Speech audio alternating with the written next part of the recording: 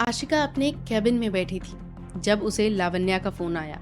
लावण्या ने सीधा कहा, आपका भाई यहाँ आकर मुझे टॉर्चर कर रहा है, उसे अभी यहाँ से ले जाइए। विघ्नेश से पहले से ही नाराज आशिका ने पूछा, तो मैं क्या करूँ लावण्या? लावण्या ने पलटवार किया, मुझे कोई दिक्कत नहीं है, पर क्या मैं सोशल मीडिया पर एक रील डाल दूं कि विवान मल्होत्रा विघ्नेश का पता पूछने के लिए मुझे टॉर्चर कर रहे हैं? आशिका ने झुंझलाकर पूछा, तुम ऐसा क्यों कर रही हो? तुम्हारा भाई कहाँ है? ना वो मेरा फोन उठा रहा है, ना विवान भाई का। लावण्या ने शर्त रखी, मैं सिर्फ आपको बता सकती हूँ, पर पहले अपने भाई को यहाँ से ले जाइए, वो यहाँ तोड़फोड़ कर रहे हैं। अगर लैब में आग लग गई तो मेरा करियर बर्बाद हो जाएगा। आशिका तुरंत लावण्या की लैब की ओर निकली। वहां पहुंचकर उसने विवान को डांटा, भैया आप सबको क्यों परेशान कर रहे हैं? भाभी को गए 1 महीना होने वाला है, पहले उन्हें ढूंढिए, फिर मेरे पति को ढूंढिएगा। विवान ने उसे घूर कर देखा, विघ्नेश का पता चलेगा तभी तुम्हारी भाभी का पता चलेगा। और हाँ, मैं उसे क्यों ढूंढूं? वो खुद गई है, उसे खुद वापस आना होगा और वो आएगी। आशिका किसी तरह विवान को समझा बुझाकर बाहर ले आई। उसने बाहर खड़े पुष्कर को डांटा, पुष्कर भैया आप इन्हें अकेला छोड़कर यहाँ क्या कर रहे थे? पुष्कर ने मासूमियत से कहा, वो लड़की पुलिस की धमकी दे रही थी, इसलिए मैं डरकर बाहर आ गया। आशिका ने उन्हें विदा किया और वापस अस्पताल चली गई। दूसरी तरफ पुणे में आर्यन ने मासूमियत से पूछा, वो बात नहीं है बिग बॉय, मुझे अपने पापा के साथ बिताया हुआ एक भी बेस्ट मोमेंट याद नहीं है, मैं कैसे लिखूं? विष्णु ने उसे प्यार से समझाया, तो फिर मम्मी के साथ बिताए खास पलों के बारे में लिखो, इसमें परेशान होने वाली कोई बात नहीं है छोटे भाई। उसी वक्त अस्पताल के 2 सीनियर डॉक्टर विष्णु से किसी जरूरी काम के सिलसिले में मिलने आए। विष्णु के पीए ने उन्हें थोड़ी देर इंतजार करने को कहा, इसलिए वे दोनों सोफे पर बैठ गए। विष्णु आर्यन को समझाता रहा, मैंने उस दिन भी कहा था और आज फिर कह रहा हूँ, माँ और पिता एक ही होते हैं। तुम्हारे लिए सीता मम्मी ही माँ भी है और पिता भी। इसलिए अगर डैडी पर निबंध लिखना है तो तुम बेझिझक सीता मम्मी के बारे में लिख सकते हो। उनके साथ तो तुम्हारी कितनी सारी अच्छी यादें होंगी, है ना? पास से गुजर रही सीता ने ये सब बातें सुन ली। उसने अनसुना करने का नाटक किया और वो वहां से चली गई। आर्यन ने उदासी से पूछा, तो क्या मैं आपके बारे में भी लिख सकता हूँ बिग बॉय? विष्णु ने भावुक होकर कहा, आर्यन मैंने तुम्हें कई बार समझाया है, मैं तुम्हारा बेस्ट फ्रेंड हूँ, बस यही समझो। आर्यन नहीं चाहता था कि उसके बिग बॉय दुखी हों, इसलिए उसने सीता के बारे में 4 लाइनें लिखी और उन्हें दिखाई। तब जाकर विष्णु को सुकून मिला। जब उनका होमवर्क खत्म हुआ तब तक नाश्ता भी आ गया। दोनों बातें करते हुए खाने लगे। तभी विनायक जी बोले, ठीक है बेटा, अब देर हो रही है, हमें चलना चाहिए। क्यों आर्यन, चलें? आर्यन का चेहरा उतर गया, पर विष्णु की बातें याद करके उसने कहा, ठीक है दादू, चलिए। विष्णु ने विनायक जी से कहा, बाबूजी, अगर आप मुझे अपना बेटा मानते हैं तो नीचे एक गाड़ी खड़ी है, उसी से जाइए। आपकी बहू ज़रूर अपनी गाड़ी से छोड़ने या कैब बुक करने की बात करेगी, रोज़ यही होता है, पर आप उनसे कह दीजिएगा मैं अपने बेस्ट फ्रेंड के लिए कुछ करना चाहता हूँ। विनायक जी ने उसका प्यार स्वीकार किया और आर्यन को लेकर चले गए। उनके जाने के बाद विष्णु डॉक्टर के पास पहुंचा और उनसे इंतज़ार कराने के लिए माफ़ी मांगी। एक डॉक्टर ने कहा, कोई बात नहीं सर, आप पूरा दिन यहीं रहते हैं, कई बार तो रात को भी घर नहीं जाते, आपके लिए थोड़ा इंतज़ार करना कोई बड़ी बात नहीं है। दूसरे डॉक्टर ने बताया कि वे अस्पताल में एक ब्लड कैंप आयोजित करना चाहते हैं। सच तो ये था कि विष्णु अब सीता के घर नहीं रुकता था, वो अस्पताल में ही समय बिताता था। वो रोज़ आर्यन से फ़ोन पर बात करता और आर्यन अक्सर उससे मिलने अस्पताल आता था। विष्णु ने तय कर लिया था कि वो सीता का मन बदलने का इंतज़ार करेगा। डॉक्टरों की बात सुनकर विष्णु ने कहा, अच्छा, मैं इस बारे में कल बताता हूँ। डॉक्टर वहाँ से चले गए। वे दोनों बाहर निकलते ही विष्णु और सीता के बारे में गॉसिप करने लगे। हालांकि विष्णु के सामने वे बहुत शरीफ बनते थे। उनमें से एक डॉक्टर को फ़ोन आया, मुझे लगता है अब इस अस्पताल में दाल नहीं गलेगी। मैंने कैंप के बारे में पूछा तो उसने कल बताने को कहा, बेहतर होगा अपना आइडिया छोड़ दें। उसने चिढ़कर फ़ोन काट दिया। वहीं दूसरी तरफ रंजीत मामा ने एक होटल में अपने दोस्त कैलाश से मुलाकात की और उससे पैसे लिए। उन्होंने कैलाश को सख्त हिदायत दी कि किसी को पता न चले कि वो शहर में ही हैं। कैलाश नहीं जानता था कि रंजीत किसके साथ है और उन्हें इन पैसों की क्या जरूरत है। जाते जाते रंजीत ने कैलाश का क्रेडिट कार्ड और उसका पिन भी ले लिया। कैलाश ने पूछा, तू अब किसी सस्पेंस फिल्म की तरह बर्ताव कर रहा है? रंजीत ने कहा, मुझे मुंबई में जब भी मदद चाहिए होगी मैं तुझे ही फोन करूंगा। विवान तुझे ढूंढते हुए जरूर आएगा, पर अपना मुंह मत खोलना। कैलाश ने वादा किया कि वो कुछ नहीं बताएगा, क्योंकि वो विवान के गुस्से से डरता था। उन पैसों से रंजीत ने अवनी की विदेश में पढ़ाई के सारे इंतजाम कर दिए। आज अवनी इंग्लैंड जाने के लिए तैयार थी। रंजीत ने उसे याद दिलाया, बेटा सब सामान रख लिया ना? पासपोर्ट साइज फोटो एक्स्ट्रा रख लेना। मैं भी साथ चलना चाहता हूँ, पर तुम ही मना कर रही हो। अवनी ने कहा, मैंने साथ आने से मना नहीं किया, बस मेरे साथ सफर करने से मना किया है। क्या सब अरेंजमेंट हो गए हैं? रंजीत ने हाँ में सिर हिलाया। उन्हें दुख था कि वो अवनी को छोड़ रहे हैं। अवनी ने कहा, आपको एयरपोर्ट आने की जरूरत नहीं है, मैं खुद चली जाऊंगी। रंजीत बोले, तुम आज तक कभी एयरपोर्ट नहीं गई हो, वहां की चीजें तुम्हें नहीं पता।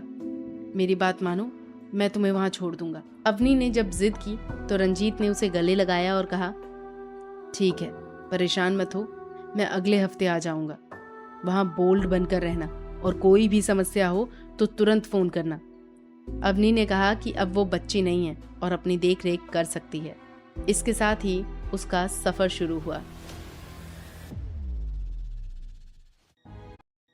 एक तरफ अवनी विदेश में पढ़ाई के लिए निकल चुकी थी, तो दूसरी तरफ मीरा जैसे जैसे अभिषेक के करीब आ रही थी, अभिषेक को अनजाने में ही ये डर सताने लगा था, कहीं उसका दिल उसके वश से बाहर ना हो जाए।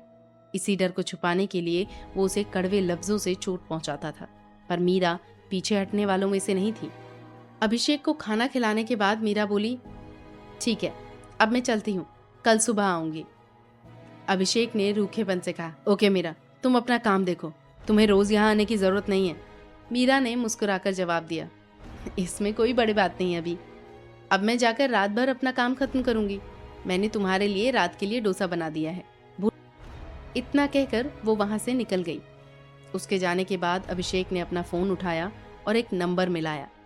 घंटी बजने तक वो बुदबुदाया, ये प्यारी मुसीबत हर वक्त मेरे पीछे ही पड़ी रहती है। जैसे ही कॉल उठा, दूसरी तरफ वाला शख्स उसे बुरी तरह सुनाने लगा। अभिषेक ने हंसकर कहा, रिलैक्स भाई, सांस ले ले फिर गाली देना। वो मीरा पूरे दिन मेरे साथ ही रहती है, इसलिए तुझे कॉल नहीं कर पाया। उस शख्स ने गुस्से में कहा, मैंने कहा था ना उसे आने से मना कर दे, फिर वो बार बार वहां क्यों आती है? उसकी पूरी जानकारी वाली फाइल तेरी मेज पर पड़ी है, उसे पढ़ लेना। अभिषेक ने मन ही मन सोचा, सब कुछ जानते हुए भी मेरा दिल उसी के इर्द गिर्द घूमता है, मैं क्या करूं? वो मेरे दोस्त की पत्नी है फिर भी। तभी फोन में हेलो हेलो की आवाज सुनकर अभिषेक होश में आया और पूछा, वो मेरा मसला है, मैं देख लूंगा। ये बताओ, क्या उन हमलावरों का पता चला जिन्होंने मुझ पर अटैक किया था? दोस्त ने जवाब दिया, उनका पता लगा लिया है, उनकी खाल उधेड़कर हमने उनसे सच उगलवा लिया है। तू तो बड़ा हीरो बनकर अपनी हड्डी तुड़वा के बैठा है, वरना तुझे भी उन्हें पीटने का मौका देता। अभिषेक ने उससे हमले की पूरी जानकारी ली। वहीं अभिषेक के घर से निकलकर मीरा हमेशा की तरह अपनी कार से घर जा रही थी। अचानक एक नकाबपोश गिरोह ने उसकी कार रोकी और उसे जबरदस्ती उठाकर अपनी गाड़ी में डाल लिया। उन्होंने मीरा के साथ एक सेल्फी ली और विष्णु को भेज दिया, पर विष्णु ने उसे देखा और अनदेखा कर दिया। उसके लिए अब मीरा उसकी जिंदगी का एक बेमतलब हिस्सा थी, जिसे वो कब का काट चुका था। विष्णु अस्पताल में काम खत्म करके अपने अपार्टमेंट जाने ही वाला था कि राजेश्वरी का फोन आ गया। उठाते ही उन्होंने ममता से पूछा, समीर, तुम घर कब वापस आओगी बेटा? विष्णु ने कहा, माँ, मैंने अभी अभी इस अस्पताल की जिम्मेदारी संभाली है, इसमें थोड़े बदलाव करने हैं। सब ठीक करके जैसे ही फ्री होऊंगा मैं घर आ जाऊंगा।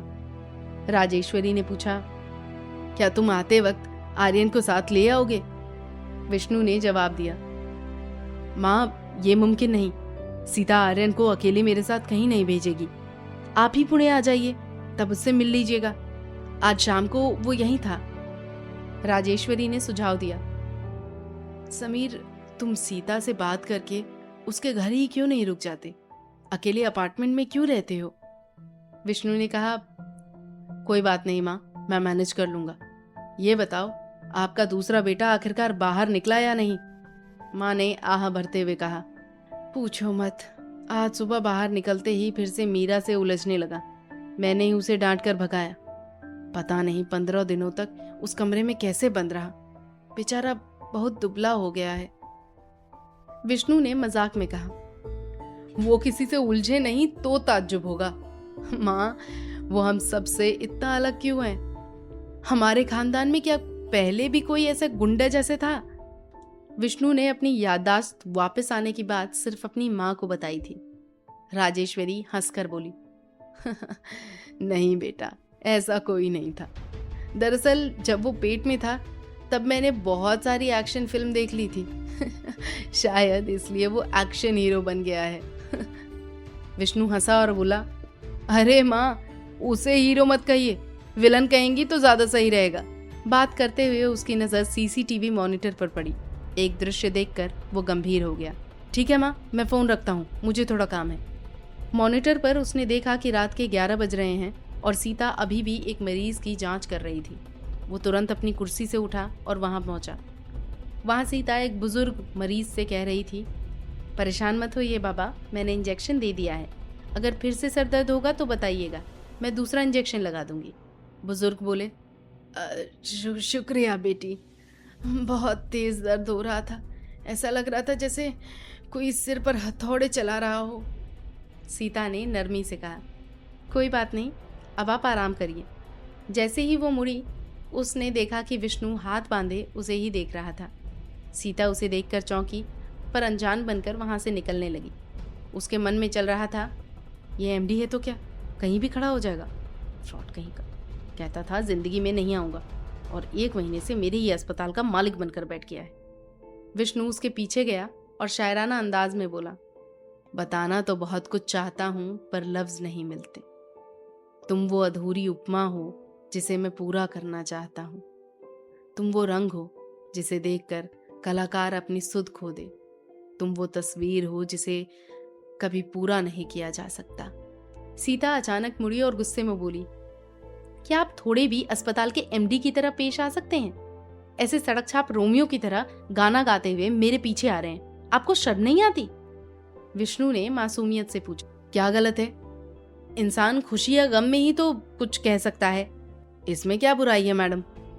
मुंह मेरा है, गला मेरा है, आप क्यों सुन रही हैं? सीता ने उसे जवाब देना बेकार समझा और अपने कैबिन की ओर बढ़ गई। विष्णु ने पूछा, तुम्हारी नाइट ड्यूटी तो नहीं थी? घर जाओ, आर्यन अकेला होगा पूरी। सीता चिढ़कर बोली, वो मेरी समस्या है सर, आप बस एमडी बनकर रहिए, मुझे कंट्रोल करने की कोशिश मत कीजिए। मुझे पता है मुझे कब और कैसे काम करना है। विष्णु अड़ गया, मैं अपने बेस्ट फ्रेंड के लिए कह रहा हूं, मैंने कह दिया कि आपकी नाइट ड्यूटी नहीं लगेगी। अब आप घर जाइए मैडम, आप तो शेरनी हैं, इस वक्त भी अकेली जा सकती हैं, तो जाइए। सीता का गुस्सा चरम पर था। आखिरी बार कह रही हूं सर, मुझे टॉर्चर मत कीजिए, आप सच में बहुत प्रेशर डाल रहे हैं। अगर आर्यन के लिए बात करनी है तो सिर्फ उससे कीजिए, मैं यहाँ की कर्मचारी हूँ और हमारे बीच हर रिश्ता खत्म हो चुका है। इतना कहकर वो कमरे में घुस गई। सीता नाइट ड्यूटी पर थी, इसलिए विष्णु भी उसकी सुरक्षा के लिए अस्पताल में ही रुक गया। उसने विनायक जी को फोन किया। विनायक जी ने बताया कि कल स्कूल की छुट्टी है, इसलिए सीता आज नाइट ड्यूटी कर रही है और आर्यन सो चुका है। विष्णु ने माफी मांगी कि उसने इतनी रात को परेशान किया। विनायक जी ने प्यार से कहा कि इसमें कोई बात नहीं। विष्णु ने एक लंबी सांस ली और कैबिन के सोफे पर ही सो गया। उधर कैबिन में बैठी सीता का मन अशांत था। उसने अपने मोबाइल में शिवा की फोटो निकाली और उससे बातें करने लगी। शिवा, इस मिलिट्री यूनिफॉर्म में तुम कितने जच रहे हो। ये टोपी, सीने पर लिखा तुम्हारा नाम, कंधों पर ये सितारे, मुझे बहुत गर्व महसूस होता है। पर तुम साथ नहीं हो, ये दर्द नहीं जाता। तुम्हारे पिता और हमारा बेटा आर्यन मेरे साथ हैं, मैं उनके साथ खुश हूँ, पर फिर भी हर पल तुम्हारी याद आती है। क्यों मुझे इतनी जल्दी छोड़कर चले गए शिवा? अगर तुम होते तो मेरी जिंदगी रंगों से भरी होती। अब ये रंगीन कपड़े भी मेरे खालीपन को नहीं भर पाते। सीता की आंखों से आंसू बहने लगे। तभी खिड़की से एक तेज हवा का झोंका आया और एक कागज उसकी गोद में आ गिरा। उस कागज को पढ़ते ही सीता के होश उड़ गए।